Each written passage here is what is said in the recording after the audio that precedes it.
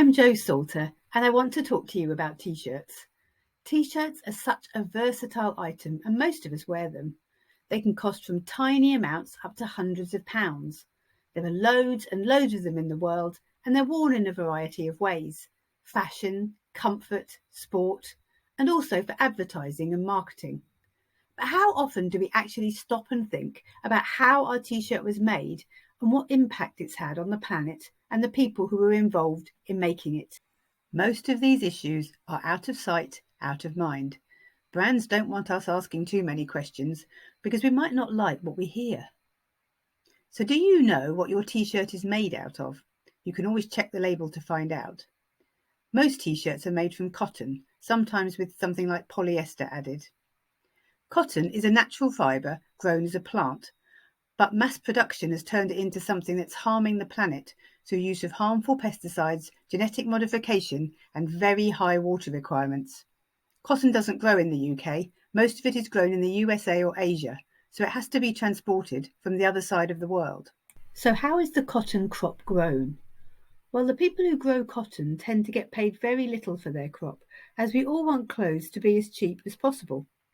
You'll have heard of the problems with farmer suicides in India and other countries. Despair at not earning enough to feed their families caused them to take their own lives.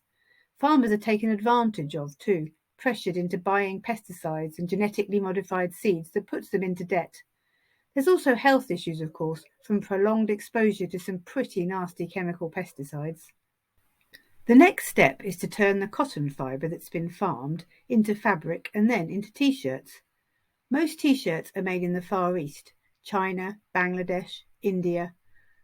We've all heard stories about how garment workers are treated and paid, mostly not good.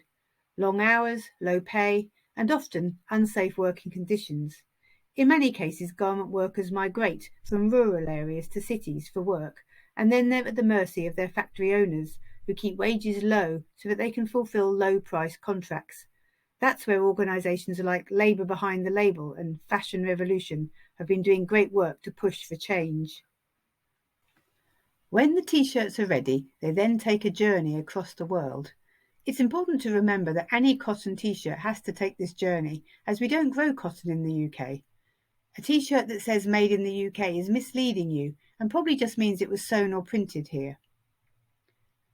And when we don't want our t-shirt anymore, what happens to it then? So you'll see from this quick whiz through the creation of a t-shirt how many areas there are for negative impacts on farmers, garment makers, and the environment. At Where Does It Come From, we're working on projects to do something about this. T-shirts with positive impacts across people and planet. This can be through taking existing waste t-shirts and giving them another life, or through our projects with social enterprise partners that empower cotton farmers and garment workers whilst introducing ecological farming and planet-friendly processes. You can find out more on our website. And if you want to know more, then please just get in touch with us.